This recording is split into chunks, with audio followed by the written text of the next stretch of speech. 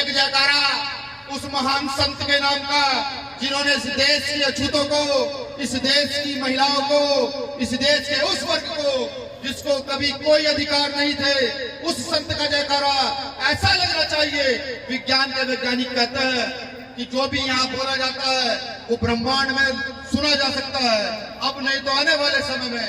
तो आज का जयकारा ऐसा हो कि जब कभी ब्रह्मांड में आने वाली 10 साल बाद, 20 साल बाद जो पीढ़ियां विज्ञान की खोज में निकले और उन वालों को ढूंढते फिरे, तो सतगुरु महाराज का जयकारा सबसे प्रचंड और सबसे ताकतवर हो। बोलिए संत शिरोमणि सतगुरु रविदास जी महाराज की, संत शिरोमणि सतगुरु रविदास जी महाराज की। अब एक जयकारा उन महान संत के नाम का जिन्होंने बाबा साहब अम्बेडकर के बाद इस क्षेत्र की, समाज की महिलाओं को सम्मान से जीने का अधिकार दिया, जिन्होंने ये जो पुरुष वर्गीय धारा है जिसमें मैं भी आता हूं, इस वर्ग को सुधारने का काम किया, जिन्होंने इस समाज की कुरीतियों को दूर करने का काम किया, जिन्होंने डांट कर फटकार कर नशा मुक्त आंदोलन चलाने का काम किया, उस महान संत का भी एक जयकारा। आज वो हमारे बीच नहीं है, लेकिन जब जब उन्हें याद करता हूँ तो उनकी वो थपथपाई हुई पीठ याद आती है। जब जब चंद्रशेखर आजाद भाई की तरफ देखता हूँ तो चंद्रशेखर भाई की तरफ वो उठा हुआ हाथ आशीर्वाद के रूप में वो दिखाई देता है।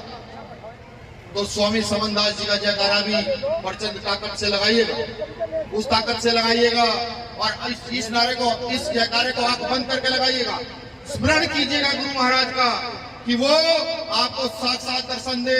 मैं जब कभी परेशान होता हूँ तो आंखें बंद कर लेता हूँ, स्वामी समनदास जी का नाम लेता हूँ तो मुझे सामने खड़े प्रतीत होते जैसे मेरे सामने खड़े हो और परेशानियां दूर मुझे महसूस। आंख बंद करके लगाइएगा। स्वामी समनदास जी महाराज की, स्वामी समनदास जी महाराज की। कहना तो आज बहुत कुछ चाहता था, लेकिन संत बहुत सारे बोलने के बिना रह रहे हैं, सिर्फ महिलाओं से बात करने का मन है आज। पिछली बार भी सत्संग में कहा था कि माओ बहनों से सिर्फ एक ही निवेदन है कि 2 नवंबर का रख का काम चलना नहीं है। अगर आप ये सोचते हैं यहाँ सतगुरु महाराज के चरणों में भी रहोगी और उनके हर महीने धड़ी धड़ी पर घी भी फूकोगी तो काम चलने का नहीं है। एक तरफ रहो जिधर भी रहना है, या तो रहो सतगुरु महाराज के चरणों में, मरना जीना यही जो कुछ होगा देखा जाएगा, या फिर वो धड़ी घर घी फूक लो तो खाओ ना वाले फूक लो। मैं हकीकत कर रहा, मैं झूठ नहीं बोल रहा। अगर मैं खारे घरों में जाकर देखूं तो हर महीने वाले तुम वो धरो कंडा एक छोटा सा और फिर उसमें घी डाल दो, डालो ना, कुछ होता तो नहीं उससे ना। तो एक तरफ रहो।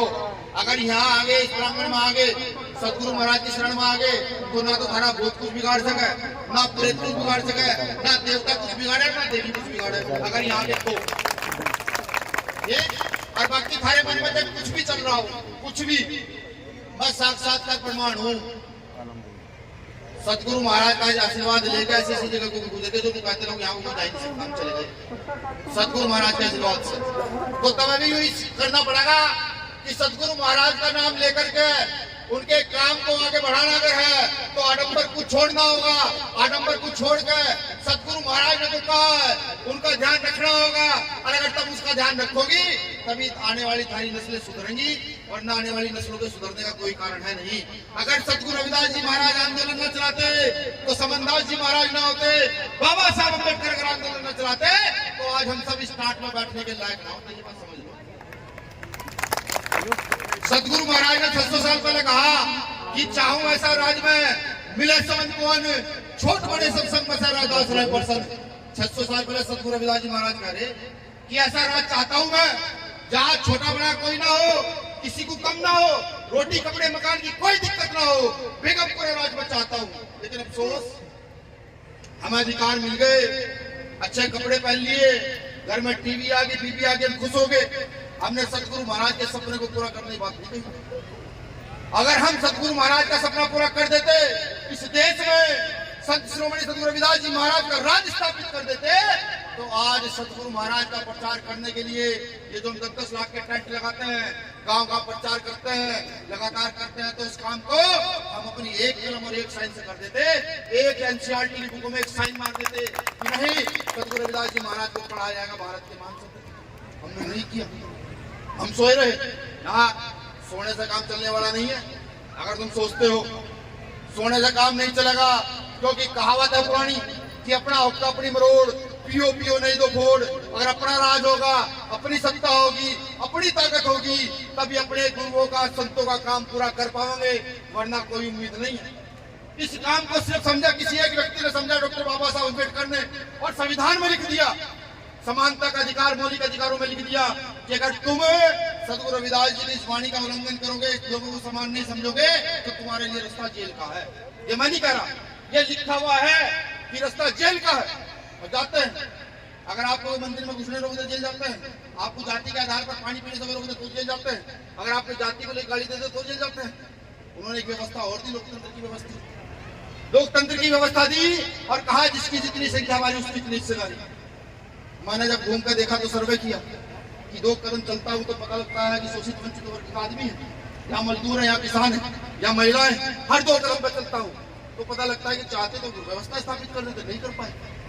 कुछ लोगों ने मुझे कहा जब मैं पहले सत्संग में जाता था कि भाई किसी सत्संग में जाकर कोई राजनीतिक बात नहीं होगी। मैंने भाई राजनीतिक बात में तो करता ही नहीं, ये तो गुरु जी का आदेश था, करनी पड़ती है। और ये शक्ति केंद्र है, मैंने पिछले सत्संग में भी कहा था, ये शक्ति केंद्र है जहाँ से सामाजिक शक्ति का निर्माण होता है। सामाजिक शक्ति क्या कि हमें बेटों की ब्याह करने हो तो सामाजिक ताकत लगती है, अगर हमें आपस में आचार विचार व्यवहार करना हो तो सामाजिक ताकत लगती है। यहीं से धार्मिक शक्ति का निर्माण होता है कि हमारे संतों के, हमारा जो धर्म है उसको आगे कैसे बढ़ाया जाए, उनकी वाणियों को कैसे स्थापित किया जाए, वो सत्संगों से निर्माण होता है। यहाँ से राजनीतिक शक्ति का निर्माण होता है। किसी देश की व्यवस्था पर सदगुरु रविदास जी को मानने वाला, डॉक्टर बाबा साहब अम्बेडकर को मानने वाला, समानता की बात करने वाला व्यक्ति को कैसे बिठाया गया है, वो यही से निर्माण होता है, इन्हीं सत्संगों से निर्माण होता है। और सबसे बड़ी शक्ति का निर्माण होता है आर्थिक शक्ति का निर्माण। आर्थिक शक्ति समझिए कि अगर हम सब लोग इकट्ठे होकर एक जगह से सारा काम करना शुरू करें तो इस कौम की आर्थिक शक्ति का निर्माण होगा। और जो कौम आर्थिक सशक्त होती है, आर्थिक मजबूत होती है, उस कौम का कोई कुछ बिगाड़ नहीं सकता। एक बात मैं आपसे कहता हूँ, मैं 2 गुरु गद्दियों पर गया, गुरु गद्दी सुंदरताल और गुरु गद्दी ऊन। वहाँ की गद्दियां आपको बुला रही है, जाओ दर्शन कर आओ। वहाँ कई सारे भवन हमारे अधूरे पड़े हैं, उन भवनों में अपना योगदान दो। मैं भाइयों से भी कहता हूँ तो नशे की औरत की तरह छोड़े इस व्यवस्था को, और रोज 10 रुपए सदगुरु रविदास जी के नाम पर निकालना शुरू करें। जब आप 10 रुपए सदगुरु रविदास जी के नाम पर निकालना शुरू करेंगे, मैं ये कहता हूँ लिख करके कि ऐसा भवन निर्माण कर देंगे कि जिसमें कहीं ऐसा भवन होगा नहीं अगर 10 रुपए में। तो मेरा निवेदन है, ये मेरा भाषण नहीं, हर बार तो मैं वाणी भी सुनाता हूँ, आज वाणी सुनाने का मन था ही नहीं। आज तो यही बात कहने का मन था कि सब लोग मजबूती के साथ इस आंदोलन को आगे बढ़ाने का काम करें।